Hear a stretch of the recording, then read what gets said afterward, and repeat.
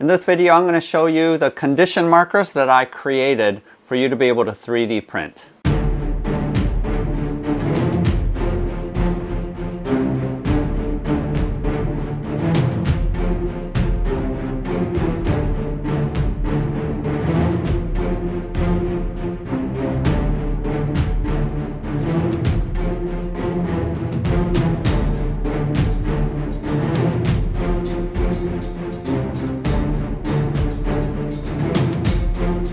One of the challenges in a lot of games like Dungeons and Dragons, as well as a lot of dungeon crawls or even tabletop war games, is keeping track of all of the conditions and effects that are on a figure. There's a number of solutions that are available out there. There are condition rings and things that you can attach to your bases of your miniatures. And there's even a commercially available product from Elia Tools that pretty much is a magnetized token system, which is very similar to what I created here. I also did a review and video of these token rings. If you want to check that out, go ahead and click here. And I use those for Madara, and I think they're pretty cool and obviously a good option as well. But I recently became a late backer for Arena the Contest Tenaries expansion, and that's going to be delivering in the fall. And as I was watching some gameplay videos, it became clear to me that a number of the people who were playing were forgetting the conditions and effects that were at play. And that's because the system uses cards to signify that there is a condition on them.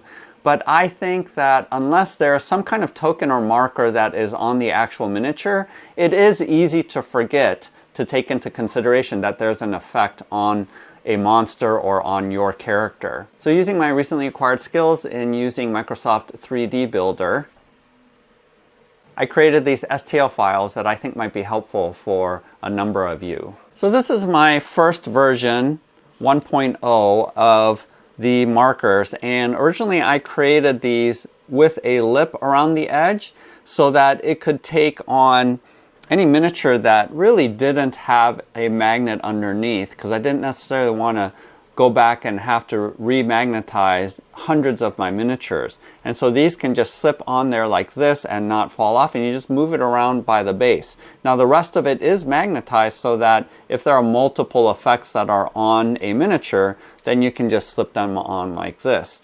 Clearly that's optional. When you have a lip like this, they can just rest right on top of one another, and it's really not that big a deal. The disadvantage to this though is that you do have to print these with supports, since it does have an overhang.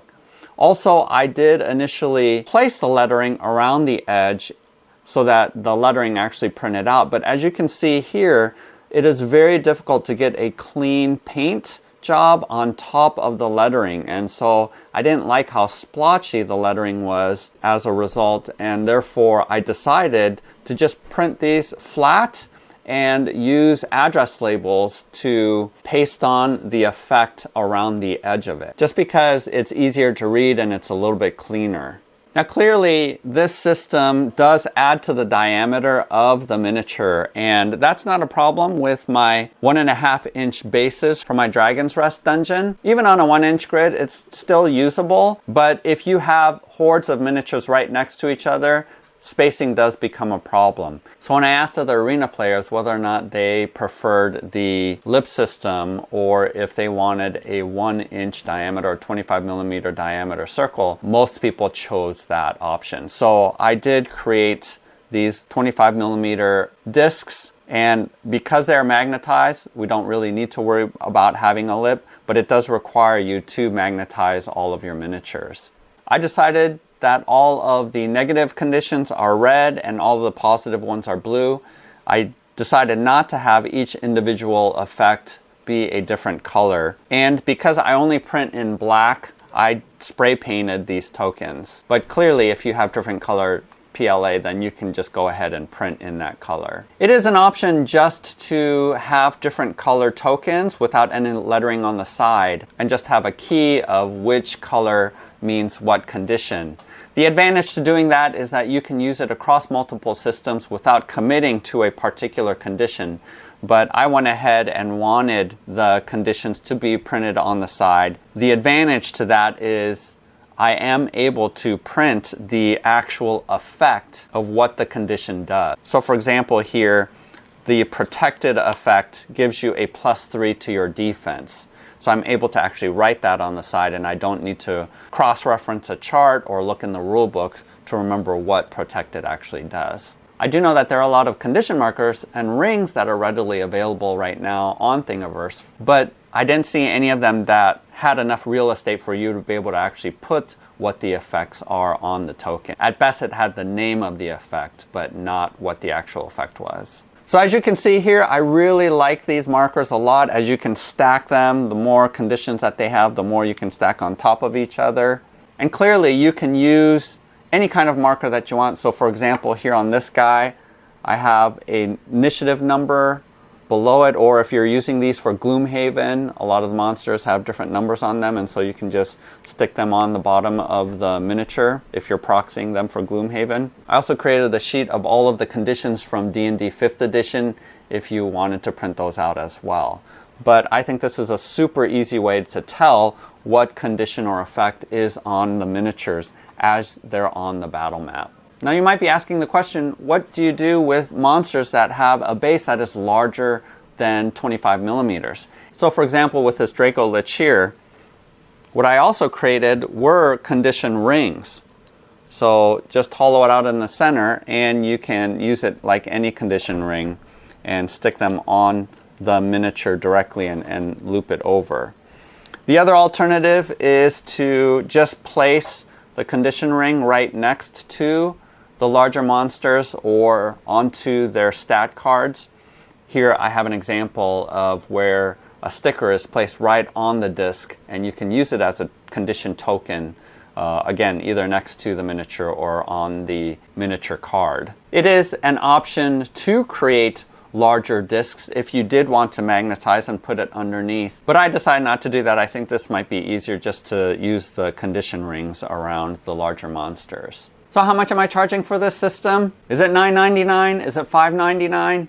No, actually I'm not charging you guys anything. These files are free on Thingiverse. Go ahead and click on the links below. You're going to find the files for both the alpha version with the lip as well as these 25 millimeter discs and these magnetized holders as well. At the bottom of these holders there is actually a magnet, so it just snaps into place. As well as with these condition rings, I have this stopper here so that these aren't falling out in case you need to transport them. As well as the Word and PDF version of the lettering that you can use directly, just printing it out on your printer using these particular address labels. If you have access to Word, then you can just modify the Word file with any condition that you want. The rest of the video is a tutorial on how to put together these tokens. Also, I'll show you how to use Microsoft 3D Builder to create any size disk that you want in case you want to create one that's bigger, like for the Draco Lich or for 32 millimeter bases or what have you. So feel free to click on the chapter markers in the timeline below if you want to skip ahead to any of those various portions. Otherwise, I hope that these condition markers are really helpful for you and your game group. Please like and subscribe. Check out my Patreon page to see what the GGGG is for this month.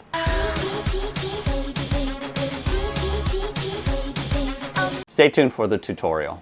So here are the supplies that you're going to need. First off, I use a clear ruler because I want to be able to see the letters underneath the ruler when I'm cutting these out. So having a clear ruler is helpful just to see where the second row of letters go. And then you're going to want a sharp X-Acto blade or knife. And I'm using needle nose pliers, although you can use any pliers. And this is a little bit tricky. Here in the United States, I couldn't find a 3 millimeter drill bit, so I had to get an 1/8 inch drill bit, which is 3.2 millimeters, so a little bit larger than 3 millimeters. You can order 3 millimeter drill bits, and I think that would be ideal, but this is the best that I'm working with, so I'm going to use this drill bit. I think it was less than $4 at Lowe's. And then order your magnets, and I ordered 3x2 millimeter magnets, and here it is on Amazon for $13 for 300. And then here are the 3x4, 120 of them for $8. And as you can see here, the 3x2s are not exactly 2 millimeters. And in fact, I think they're 1/16 inch instead, which is shorter than 2 millimeters. And here, even the 4 millimeter magnet is a little bit shy of 4 millimeters, although the diameter is exactly 3 millimeters. So I'm not sure why these are shorter than what they are stated, but they're going to work anyway. First thing you want to do is check the polarity of each magnet, because you want to make sure that you're consistent. So I just use one of the ones that I already made to check the polarity, and then I use a drill bit to drill a starter hole. You do not want to go all the way through the hole. You just want a little bit so that the magnet can start going inside of the hole. So just push it in initially, just enough for it to start going into the hole. As you can see here, this is enough, and then just flip it around on the table or a hard surface. Just push down really hard so that the magnet slides the rest of the way into the hole. And like I mentioned before, it isn't quite 4 millimeters, and so there is a slight gap, but that gap is not going to affect how well it sticks to the other magnets, because these are so strong. So you don't need to worry about the fact that there's a little bit of a gap. And obviously you can use 2 of the 3x2s instead if you don't want to buy the 3x4 millimeter. Next, we're going to just cut these labels, and again, download these from the link in the video descriptions below. And you want to just cut the sides and leave a little bit of space, and you'll see later why. And then just cut across. I cut all the way across just to be efficient with my cutting. And then I use the razor blade to pick up an edge and peel it off before I apply it to the disc. And as you can see here, I'm actually starting off with it being attached to the other one, so I keep polarity consistent. And then once I have it started, I peel it off and push down the rest of it all the way. Now you notice I am pushing down the right side of the sticker down first so that it is overlapping, because these address labels will stick better when it's sticking on itself rather than just the 3D print. Here I'm going to show you how to magnetize your miniatures, and I'm using a Reaper base here. I got a bunch of these with the Bones Kickstarter, and I've attached a lot of my miniatures on there. And you could just glue a magnet in the center, but I found it hard to center it exactly, so I'm using this piece that I created. Again, it's in the file section. Check for polarity once again, and this time I'm pushing it through the top rather than the bottom, just because it's going to be attaching, and it's going to be attaching along the bottom, and just press it in like this. And it's flush, and this is the 3x2, and it sticks really well. Grab some super glue, go along the edge of the base, and I am probably using a little bit too much here.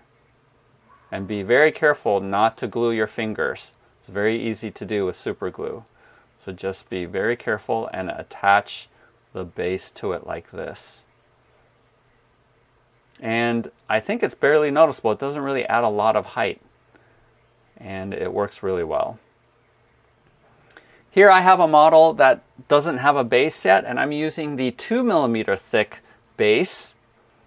And after having placed a magnet, I do spray paint it with some black primer just to get rid of the shine. And I'm using super glue once again to glue it on here onto the base, and it just creates this 1-inch nice little base here. And it works really well, as you can see.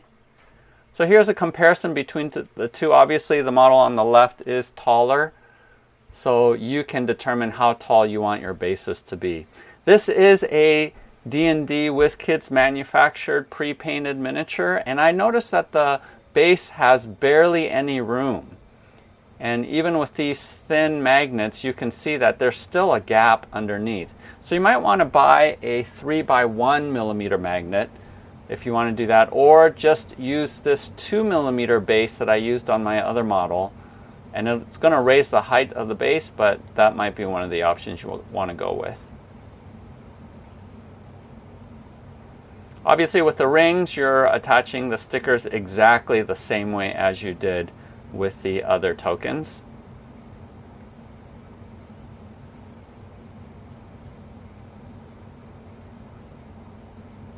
And then here is the holder. You want to do the same thing, pre-drill a little bit of a hole, make sure you don't go all the way through, and then you want to press the 3x2 magnets in. I have some of the tokens in so that I have the polarity correct. Once you have it started, just press down and they should slide in.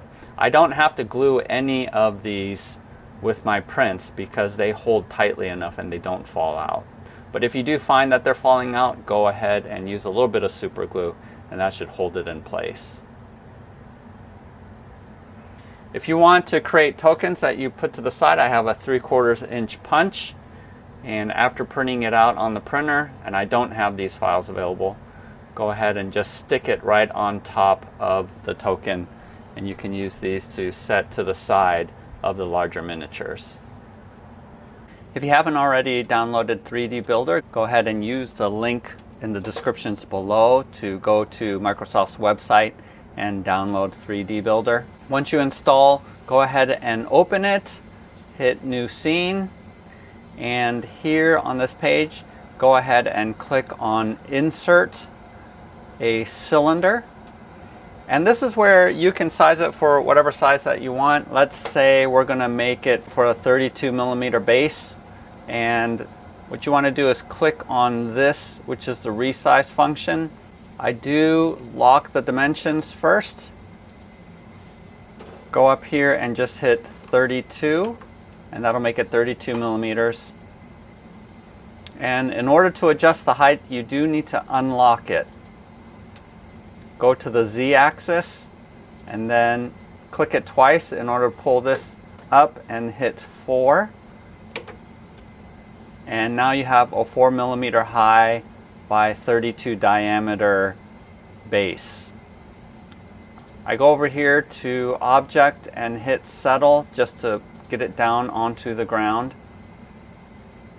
And all I need to do now is to create the hole for the magnet. Once again, I'm going to go to Insert. I'm going to put another cylinder in there. Again, it's going to be locked. And I want the diameter to be 3, so I click on there and hit 3. And now you can't really see it because it's so small that it's embedded into here. You do have to unlock it, go to the Z-axis, and hit whatever number you want. I'll do 10. And now it's poking up through here, and make sure that it is going all the way through. If not, click on the Move feature here on this button and you can move it up and down. And also it should be centered automatically since you didn't move the original disc. So make sure you just have this selected, and you can use this menu over here as well. But when that's selected, go ahead and go to Edit and hit the Subtract button, and you've just created a 3mm hole. And really, that's all it takes to create one of these discs. And then you can save it as an STL file or keep it as a 3MF. I always save as STL so that it opens up in my slicer easily. Obviously, you can make all kinds of different disc sizes just by doing the same thing. And let's say you do want to add lettering to the side. Very simple to do. All you need to do is just click on the object and then go to Emboss, and this is what you come up with here. I do turn the bevel off, but you can bevel the letters if you want. Let's say you're going to make a bloody condition, and so I just type it a couple of times and then just hit return. And you do need to change from planar, which is a flat surface, to cylindrical so that it goes all the way around. But once I did that, you can see that it made it too big. The letters are too big, so you need to resize it once again.